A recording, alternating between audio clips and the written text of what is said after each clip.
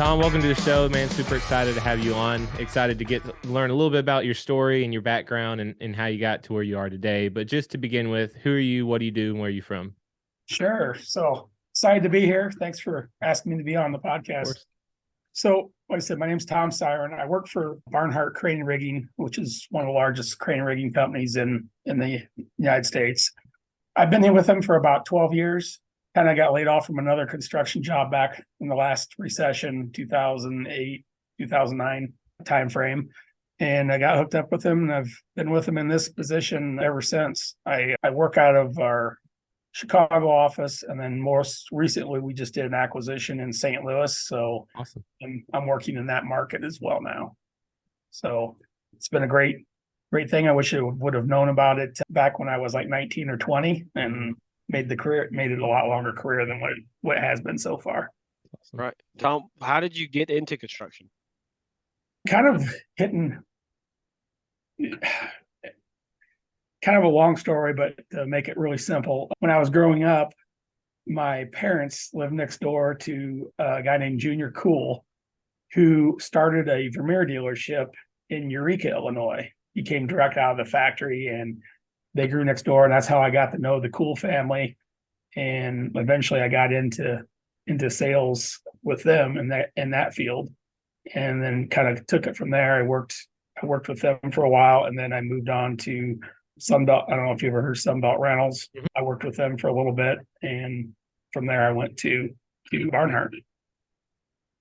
That's awesome. So you've been with Barnhart for a good while then, it seems Yeah, like, right? about 12 years. Yeah. Yeah, that's awesome. So what about the crane and rigging side of construction really fascinates you to where you want to have a career in that? Well, what I like about it, so I'm more on the project side of it. Okay. We got separate divisions. So we got our Gotcha. division, which is your day crane works. If you need to set a HVAC unit on top of a building or something like that, we've got that division. Then we've got our project division, which is more of like an engineered rigging solutions. Cool. So I like that. It's a lot challenging, challenges trying to figure out how to install pieces of equipment, or even harder to try to figure out, take something out of a plant that's been there for 50 years and it was never designed to come out of the plant. So trying to figure out how you're going to do that is extremely exciting. And then it's something new every day. I mean, it could be in a refinery, it could be in a nuclear power plant, it could be a Rivian factory, it could be at an airport. Cool. You never know where you're going to end up being. So right. That, and all the cool people you get to meet too. So that's right. Tom, I mean, one of the things that kind of gravitated myself towards you is just, you post amazing pictures about some of the stuff you're doing, right? You're going out to the different job sites. And Walker, I don't know if you got a second, but I'll encourage our audience to go check that out. But, there's a bunch of photos of maybe it's removing a silo, right? In some type of plant. And I just remember seeing a photo of you removing this big silo, and there's like inches on each side, right? And people don't get the magnitude of how hard that is, but it is really cool what you do. I think it's unbelievably tough, and it's pretty cool that you guys do an excellent job at it. But tell me about once you got to Barnhart, did you have to go through some type of class? Did you start to understand? You have a mentor that kind of taught you? Because, I mean, the crane and rigging side of construction, I mean, obviously it's extremely dangerous if you don't know what you're talking about. You can't just go up to an operator and tell him what to do if you have no clue. So what was kind of that side, a technical side of learning as you were coming up through Barnhart? Yeah, so it's really involved at Barnhart since I started. So what I went through was we get sent down to Memphis, which is our corporate headquarters in one of our largest branches. So you get to go through all the different areas. You get to do the sales stuff too, but then you go through all the field stuff. You go through all the equipment to learn how the equipment works. You go to the hydraulic shop, you go to the fab shop, and I spent about 6 months there doing that before I even showed up at Chicago to, start sales. It's much more structured now, but there's actual programs in place. Today you're doing this, today you're doing that. When I started, it was like, we expect you to do this on your own and schedule your own time. Yeah. So, but it's gotten a lot better. We have an amazing training center down there, and we partner with a company called ITI. They use the same facility in Memphis to train anybody that wants to get to trained in rigging as well. So Cool. great equipment. We use mock-up models of our, Cool. large equipment. We just shrank them down so everybody can get kind of hands-on experience Wow. with. Yeah, pretty cool stuff. So recently, this past week, we had the crane on site. It was just multiple picks for HVAC units, not anything too crazy, 60-ton crane. And, I learned a lot. And it's the first time I got to walk around and share this with you, but I was actually in charge of communicating with the crane Cool. operator. Caleb trusted me to do that. And Yeah. it's really cool. And it's like, I'm addicted to it now. I just love it. So it's perfect timing, you coming on the show. But after that, I've kind of been talking to one of our safety guys, and I'm going to go get certified. We have like a Excellent. crane and rigging class too. I don't know if Nice. it's going to be who with, but I just got the word I'm going to in August to go the B&G shop and get to go learn how to work with cranes. So that's pretty That's cool. awesome. I thought it was pretty awesome. That is cool. That's really cool. So Right. I'm excited. I mean, Yeah, there's I'm just jealous. so much. Like there's so much to learn just in that side, right? Like if you're Tom Siron, like you're in this industry, but it's segmented into construction. And Tom, that's really why Walker and I started the podcast. Was there's so many segments of our industry that I didn't know about when I first got started. And our younger generation has no clue about how big this industry could be, right? The person they think of is just someone in a ditch somewhere with a shovel. And no wonder why their parents don't want them to go do that, right? But they are very fulfilling, meaningful careers at a lot of different companies. And it's just something I'm really passionate about. Oh yeah. I mean, I try to talk to the younger kids every time I see them because it's not a job. It's got such a bad reputation. I blame that on the education system, but our guys make good living. I mean, some of them, way over six figures, Mhm. Right. and they support their families. They live good lives, and they got good retirements. It's a excellent way to have a career. That's awesome. So, Tom, let's talk a little bit about because it's fascinating, right? I don't know a ton about cranes or even the projects division, like you were saying, and I saw some of the photos that you posted, and they're incredible. And saw some cranes that I've never seen before. I mean, that's Cool. that's awesome. I never knew some of those existed. And so when you know, for someone who has no experience with crane or rigging or how to set it up right, I think a lot of people, and I was one person who just assumed that when you need to pick something up, right, you just bring a crane out, you just pick it up and you put it back down. But there's a whole lot more that goes into that. So for these special projects that you're talking about, how do y'all go about, like, how do you from the start, right, when someone calls you and says, hey, I have this massive a piece of equipment in a building, I can't get to it, we can't string anything over it to lift it up, right? Like how do you get that call to from, hey, I need help, to get out there, lift it up, you've done all the calcs, you run all the numbers and you're ready to go. Yeah. What does that process look like? Yeah, so kind of shorten it down a little bit. So I get the phone call. I'll usually go out and visit with the client. Sometimes I'll take one of our what we call our engineering sales support engineers with us. We'll walk it down. We'll take field measurements, gather information from the owner. Depending on how difficult the project is, we might need to scan areas to make sure we can, Wow. everything will work. So that's something we do. Starting to do it quite a bit more than we used to. Yeah. Then the engineering sales guy takes it back to his office and sits down, starts developing a plan, incorporate all the information we got into AutoCAD and just make sure everything fits. And then he'll send me usually a concept sketch of what he's come up with. So I know the equipment and then an estimate of his engineering hours.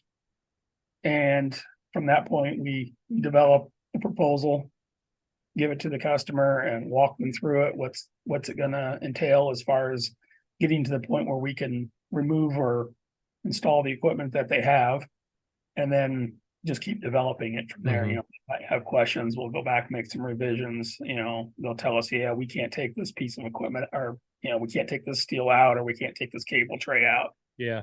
We'll fine tune everything. And it's a process. It's not an overnight. Right. I believe it. Some of the jobs, like especially in the nuclear field, they can take up, 6 months to a year to plan something. Wow. Yeah. So yeah, that's basically how it works. Have y'all ever had to have you ever had to design a specialty piece of equipment to do this kind of work, right? Because Oh yeah. like these cranes are not, you can't just go and buy them off a lot, you have to have them designed for a specific purpose. So is that something y'all have had to go back and be like, we can't do it with anything that we have, we need to design a crane specifically for this? Yeah, so we don't design cranes, but majority of the rigging tools that we have, Yeah, they're all designed and that's cool. fabricated in-house. We've got an Wow. R&D department. Yeah, most of all our gantry systems and specialty moving equipments or hydraulic slide systems, that's all designed and built in-house. Wow. They come up with some really cool stuff. That's one of my favorite things to get on at the end of or actually it's at the beginning of the year.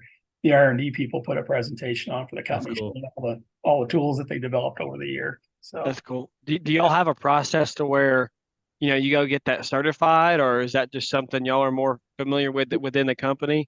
we'll do it in-house, and depending on who we're working for, they'll want a third, sometimes want a third party, That's still, that's survey. awesome. Yeah, so it's really cool, some of the stuff we've come up with. Yeah. What about, so you talked about how they have to scan an area. So is it just they bring if it's a super complex area, they bring in like a LiDAR scanner Yeah, and it's just a LiDAR scanner, yeah. okay, Wow. just point clouds of everything. That's unbelievable. clouds of I had no clue. Yeah. So that's basically how it works. And just put all the points into your AutoCAD and design everything up, and That's That's awesome. pretty there we sweet. go. I would So, love to see that. That's pretty cool. What's yeah, been go ahead. your favorite lift you've ever done, and what's been the most challenging lift you've ever done? Good question. Oh wow, there's been so many of them. So probably the most challenging one, divulge the customer at this point because they don't want it out, but they came to us and wanted, a price to remove a piece of equipment. And it was so tucked far back inside this plant that I really couldn't get a good idea without spending a lot of money in engineering Right. with it. So we decided not to provide them with a proposal, but we did give them a pricing to perform an engineering study to remove it. So they weren't too happy about that, and they decided to go another way. This was like in November. And then in May, I got the phone call saying, "Hey, you remember that engineering study Oh man. yeah." So they ended up bringing us back in, and we came up with this really cool concept of pull this as a vertical pressure vessel, pull it out from underneath a big pipe. It wasn't a pipe rack, but a big steel structure that had another piece of equipment on top of it, Oh which man. ran in a different process line.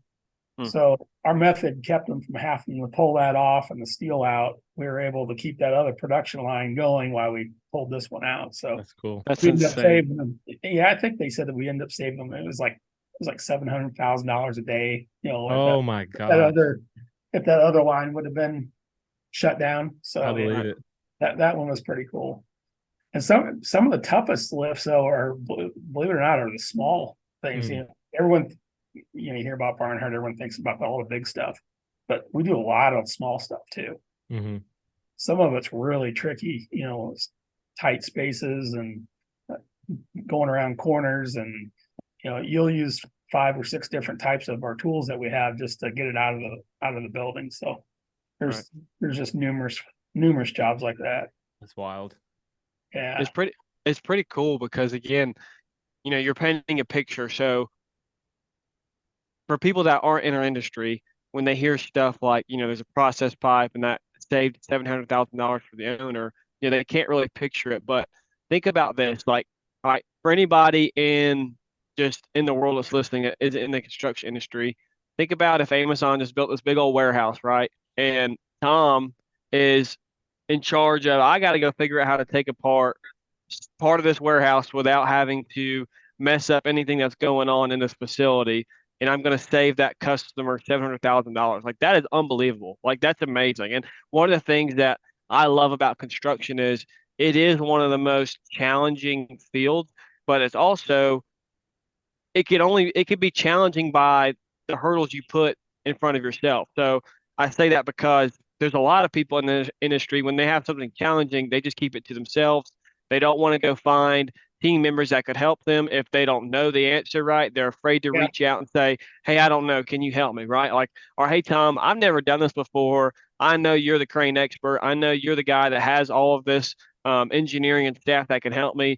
What do you think you can do to help me? But there's some people that will just kind of hold it close to the heart and not mention it. And so I say that because I can't imagine some of the stuff that your company's done to help their clients, but we can do things in the construction industry if you are a big team player and big team member. I'm all about, hey, I want to help Walker a lot. I want to help Tom be the best they can be at what they do. And if I can do that, we're going to be a good team. Excellent point. And Barnhart's really big on servant leadership. It's actually one of our core values. Awesome. And if you're a person that keeps that stuff to you, Mm-hmm. you're not going to work out Right. on the team. You're going to get called out eventually. Hmm. You want to be able to share the information. I'm an open book. When people call me and want information, I'll give them whatever they want, help them with anything they need. And just about everybody else that I work with is the same way. It's all about helping each other out. I'm not an expert in everything. I work in the crane industry. I am not what I would call a crane expert. I know more than a lot of people in the industry, Mm-hmm. but I'm not a crane expert. If I had a specific question about a certain type of crane, I've got people I'm going to call to That's get right. the correct answers. That's right. I might have had it right, but I might not have too. So One of Walker and I's values for the podcast is be a problem solver and a people connector. If we can't solve a problem, we promise you we're going to be relentless at trying to find the person that can, right? And it's Correct. all about, I love that servant leadership. When I think of that, the ultimate example of that was Jesus, right? It's something that Walker and I try to live that out every single day. But people don't realize, I think being a servant leader is the long game. A lot of people want to worry about getting results today, but I know over time, I may not get, this section of the building framed the fastest because I'm servant leader, but over the life cycle of this job, I'm going to have more people do more for me because I truly care about them and I went out first and showed them the way instead of being the person, oh, you got to go do this and you're not doing this right. And it's just, how can you elevate your team members to be the people that have the success, and you're going to be the one to just show them how to do it and guide them. Exactly. It's consistency. You're not, like I said, you're not going to be 100% on everything, but if you're consistently showing people that you're here to serve them and help them, that's just going to wear off on them. Mhm. They'll see what you're doing, and hopefully they take that to heart and start doing the same thing as well. So, Y'all stole I was literally just about to talk about the servant leadership aspect of Barnhart, because I've heard a talk from Alan Barnhart. oh yeah, Um, yeah. And I think it was like YBL, Young Business Leaders in Mm-hmm. Birmingham, but it was amazing. And I didn't know anything about Barnhart, and hearing him speak was awesome. I don't know if he's still heavily involved in Barnhart Crane or not, but at the time he was, and it was, I was like, man, this guy's different. This seems like a different kind of company. And you can definitely tell just by how y'all have grown, how the projects that you take on, the clients that you have, right? Because you're known to be reliable. You're not a company that's going to take, right? You're a company that's going to give as much as you can. And it shows in the quality of people such as yourself that Barnhart hires and employs. And it's cool to see, so talk a little bit about the leadership, how much the leadership of a company matters, and how much, that truly has an effect on the people going down the line of, well, if our owner feels this way, right, then we need to keep those values up in order to show that to our client, sort of thing. Sure. Yeah. So Alan still runs the company. He's runs the day-to-day operations. He's actively involved with everything that goes on. But the thing that sets us apart is we're in business, and Alan will tell you this, we're in business to give our money, our profits away to a Mhm. greater cause. And that's why Alan's in the family, and the Barnhart family is in business. Oh, And the senior leadership follows those same values, as well as a good majority of the people that work there. We're not what I'd call a Christian company or a nonprofit company. We're a blue collar construction company. We're here to make as much profit as we can. It's the difference is what we do with our profit compared to other companies. yeah, that's good. I don't have a dollar amount for what we give away, but it's a big majority of what our profit is. And we've got a group within Barnhart called the Grove Group, and they identify ministries across the world that we Cool. wish to sponsor, and they come and make presentations to the Grove board and decide who they're going to Wow. sponsor, and they're actively involved. They fly over and they stay active with these groups even after we donate the funds to them. So but we've got, like we said, we've got definitely Christians with us. We've got people that really like just what Barnhart stands for and what we do that are not Christians. And then we've got, non-believers with us as well. It's Yeah. it's a whole gamut of people. Yeah. Tom, I don't know. Do you know of a guy named Rick Burgess? The name sounds familiar. Yeah. So he runs it's called the Rick and Bubba Show in Birmingham. One of the things that happened to him was he had a fellow come up to him and ask him about sponsoring this idea he had. And there's a TED talk on it. I don't know the guy's name, but basically the story was this guy had an idea around, there's a lot of good non-for-profits, ministry or non-ministry, that do a lot of great work, but there's this misconception around it, right? So a lot of people think that if you're making a big profit, that it's not good. Like you're not being a quote unquote good Christian, right? Or a good person because you're making a big profit. But this guy came to him. He was like, man, there's this town in Papua New Guinea that really wants someone from America to help them just, operational wise. How can we help them get this BuzzBox coffee out to the people? And so Rick decided to do that through this guy. And Rick decided, let's not go be a not-for-profit. Let's invest in this community. And while we invest in this community, let's see what happens. So they started to invest in employees in that town.